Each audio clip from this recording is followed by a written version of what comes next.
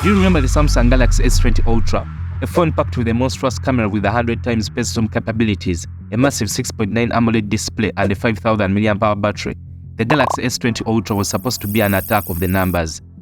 The S20 Ultra was supposed to be the king of Android flagships, but things didn't quite go as planned as Samsung hoped. But despite the impressive specs on paper, the S20 Ultra was a failure from its design flaws to camera issues, the high price tag and poor battery life. So in this video, we are going to take a deep dive into what went wrong, and also stay tuned for the graphs at the end. It's going to be interesting.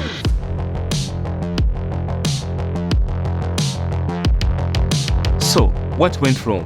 Well, the truth is, the S20 Ultra faced scrutiny for its price tag, especially considering the economical challenges faced by many consumers worldwide. With a starting price of $1,400, the S20 Ultra faced competition from the iPhone 11 Pro, which launched at $999, and the Pixel 4L priced at $799. This placed the S20 Ultra at a premium compared to its major competitors. This made the Galaxy S20 Ultra the most expensive mass-market smartphone ever released at the time. With all the fancy features crammed into the S20 Ultra, that $1,400 price tag was a joke to Samsung users. But hey, that's Samsung for you. Always innovating, sometimes at the expense of your wallet. But one thing that won't cost you a penny is you subscribing to the channel. Most of you watching aren't subscribed yet, so please go ahead and hit that subscribe button as it helps me to keep making these types of videos. Now back to the video. The camera on the S20 Ultra was a key selling point, but it had some issues like autofocus inconsistencies and photo quality, which some users took to social media to rant about considering its price range. While the camera hardware boasted a powerful sensor and impressive zoom capabilities, software issues overran the launch. Users reported autofocus issues leading to blurry photos and frustration. Some Reddit users reported issues with the camera taking ages to focus on pictures, and videos looked worse than their S9 Plus they had before. The much anticipated space zoom capabilities on the phone, promising incredible detail at extreme distances, relied heavily on digital zoom, which was a noticeable decline in image quality compared to the likes of the Pixel 4L and iPhone 11 Pro. When the S20 Ultra first came out, Samsung made a huge deal about 8K recording on the phone, but when you compared the 4K on the iPhone 11 Pro Max, the 8K on the S20 Ultra fell out of the window.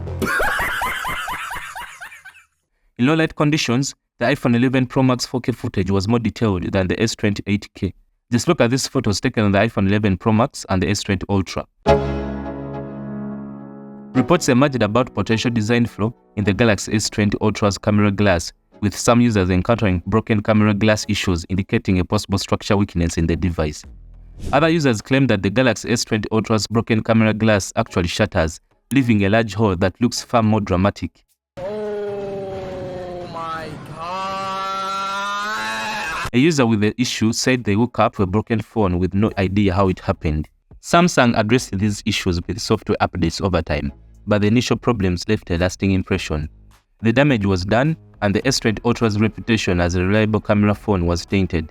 When the S20 Ultra came out, the space zoom feature was marketed as a unique selling point of the Galaxy S20 Ultra, offering users with the ability to capture detailed shots from far or even the moon.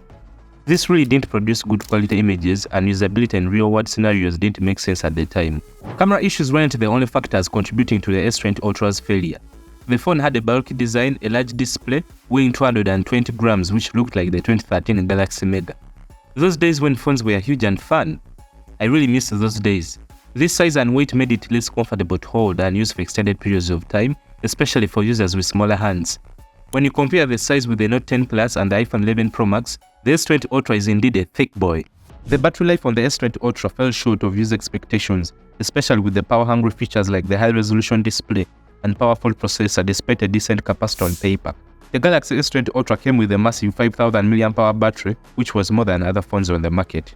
But some users reported a significant reduction in battery life, up to 50% after a recent update on the phone. This issue impacted user experience and raised concern about the device's performance post-update. During Mr. Who's the Boss battery test, the S20 Ultra came in 4th place behind the previous Note 10 Plus, lasting only 7 hours while using 120Hz refresh rate. The only way to improve battery life on the S20 Ultra was by utilizing power-saving mode features like adjusting the refresh rate to 60Hz instead of 120Hz to conserve battery life. The global economic turndown in 2020 further impacted consumer spending. With tighter budgets, many opted for affordable options or delayed upgrades altogether, rather than buying a phone worth $1,400. This really affected the S20 Ultra's sales potential. Samsung themselves went ahead to blame the poor first-day sales of the S20 lineup on the virus. the stock market at the time wasn't going to be easy for Samsung. Looking at the sales figures, we can see the Galaxy S20 Ultra sold significantly less than the previous phone, the S10. Sales dropped by 50% over the year. The phone's high price tag is likely a major contributing factor. While the previous generation of phone offered excellent value, consumers expected significant upgrades to justify an upgrade at that price tag. Here's a full breakdown of the sales of the Galaxy S20 Ultra phones, from the S20 Ultra to the S23 Ultra. The S20 Ultra sold 6 million units, which is half of the units sold by Samsung for the S21 Ultra, which sold 12 million units in 2021. For the S22 Ultra, Samsung sold 13 million units, which is a slight increase from the previous Ultra phones. The Galaxy S23 Ultra topped off with 15 million units in 2023, which started at $1,200 for the base model. So, what does these graphs show us? The S20 Ultra had the lowest sales for all the Ultra phones, which is an indicator that it flopped. What? The S20 Ultra had potential, but it was overshadowed by its high price tag and design flaws. As a result, it fell short among Galaxy users. All these factors mentioned led to the phone being a failed smartphone in the Galaxy Ultra universe. But let me know in the comments what you think. Do you own a Galaxy S20 Ultra? I'd like to hear from you.